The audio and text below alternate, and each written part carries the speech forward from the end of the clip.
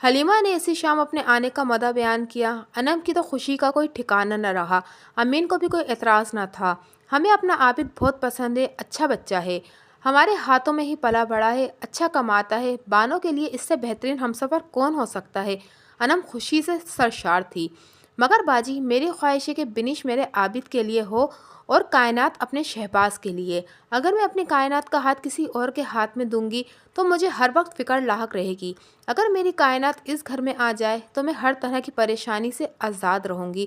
حلیمہ نے جھجکتے ہوئے کہا، ہمیں کوئی اعتراض نہیں ہے بہن، جس طرح مجھے بانو عزیز ہے اسی طرح کائنات بھی، بس اب شادی کی تیاری کریں، امین نے حوصلہ دیتے ہوئے کہا۔ بانو کمرے کے دروازے سے لگ کر کھڑی سب کچھ سن چکی تھی۔ وہ اس سب کے لیے تیار نہ تھی۔ وہ کمرے میں جانا چاہتی تھی، انکار کرنا چاہتی تھی، پر کس سوچ کے تحت خاموش ہو گئی۔ بانو چپ چاپ اپنے کمرے میں چلی آئی اور بیڈ پر سیدھی لیٹ گئی۔ اس رشتے کے بارے میں سوچنے لگی کہ اس کے دماغ میں کئی سوال ابھر رہے تھے۔ میں انکار کروں بھی تو کوئی جواز تو میرے پاس ہے نہیں، ویسے بھی آج نہیں تو کل میری شادی ہوتی ہے، عابد اچھا ہے، سلجھا ہوا، شکل صورت بھی پیاری ہے، ایسے میں انکار کرنا بے وقوفی ہے۔ وہ سوچوں میں مگن تھی کہ نمرا کی آواز اسے حال میں سے لے آئی۔ آپی، آپ کی شادی ہو رہی ہے کیا؟ ننھی نمرا سوالیہ نظروں سے اپنی بڑی بہن کو یک ٹک دیکھے جا رہی تھی۔ اس کی چھوٹی دونوں بہنیں اس کی طرح بے حد خوبصورت تھیں۔ آپی، ابو کہہ رہے تھے کہ خالہ سے کہ اپریل کی 4 تاریخ کو آ کر آپ کو لے جائیں۔ میں آپ کے بغیر کیسے رہوں گی؟ ننھی نمرا آپ دیدہ ہوئی۔ خود بانو بھی اداس تھی۔ وہ اپنے بہن بھائیوں سے بہت زیادہ پیار کرتی تھی۔ انہیں کوئی بھی بانو کی وجہ سے کچھ نہ کہتا تھا۔ سب جانتے تھے کہ بانو کی جان اپنے بہن بھائیوں میں ہے۔ اپریل کی 4 تاریخ پڑ لگا کر ان کی دہلیز پر آ چکی تھی۔ ڈھولک کی تھاپ اور رقص کرتی لڑکیاں، تیز آواز میں گانے، جمک کرتی روشنیاں اور پھولوں کی خوشبو ہر طرف پھیلی ہوئی تھی۔ بنش اور بانو لال عروسی جوڑے اور ہلکے پھلکے میک اپ میں اور بھی حسین لگ رہی تھی۔ ہر زبان پر اس جوڑے کے لیے تعریفی کلمات تھے۔ بانو خود کو کسی حور سے کم نہ سمجھ رہی تھی۔ انم بار بار اپنی بیٹی کی بلائیں لیتی نہ تھکتی۔ امین بامشکل اپنی آنکھوں سے آنسو کو بہنے سے روکے ہوئے تھے۔ رخصتی کا وقت آیا تو سب کی آنکھیں آنسوؤں سے لبریز تھیں۔ رخصت ہو کر وہ دور ایک نئے شہر میں چلی آئی۔ کئی روز تک تو وہ عورتوں کی جھرمٹ میں گھری رہی۔ اب وہ تھکن سے چور ہو چکی تھی، خود پر بڑی مشکل سے ضبط کیے ہوئے تھی۔ اسے ان عورتوں پر ہر منٹ میں غصہ آ جاتا تھا جو اس کے لیے بے جا سوال کرتی تھیں۔ عورتوں کی جھرمٹ سے اس کی جان چھوٹی تو اس کی سانس بستر پر پڑ گئی۔ بانو دن بھر گھر کے کاموں میں لگی رہتی اور لفظوں کی گولہ باری بھی ساتھ ساتھ کرتی رہتی۔ حلیمہ اس کی زبان سے نکلے زہر خند الفاظ سے عاجز آ چکی تھی۔ عابد بانو سے بے حد پیار سے پیش آتا، مگر بانو عادت سے مجبور تھی، اس سے بھی لڑتی رہتی۔ جب وہ اپنے میکے کال کرتی تو دوسری جانب سے انم کائنات کی تعریفوں کے پل باندھ دیتی اور شہباز بھی اپنی بیوی کے گن گاتے نہ تھکتا۔ ایسے میں بانو کو مزید غصہ آ جاتا۔ میں دن بھر گھر کے کاموں میں لگی رہتی ہوں اور تمہاری ماں ہے کہ مجھ سے ہر وقت ناخوش رہتی ہے۔ میری ماں کو ہی دیکھ لو کیسے کائنات کو سخی رکھا ہے، اور شہباز کا بس چلے تو اسے پاؤں زمین پر نہ رکھنے دے۔ بانو اونچی آواز میں چلائی، آہستہ بولو، امی سو رہی ہیں، کچھ دن کی بات ہے۔ بھابھی اپنے میکے سے آ جائیں گی تو تمہیں کم کام کرنا پڑے گا۔ میں جانتا ہوں تم پر ذمہ داریاں بہت ہیں، پر ضروری ہے کہ ہر وقت جتلاتے رہنا۔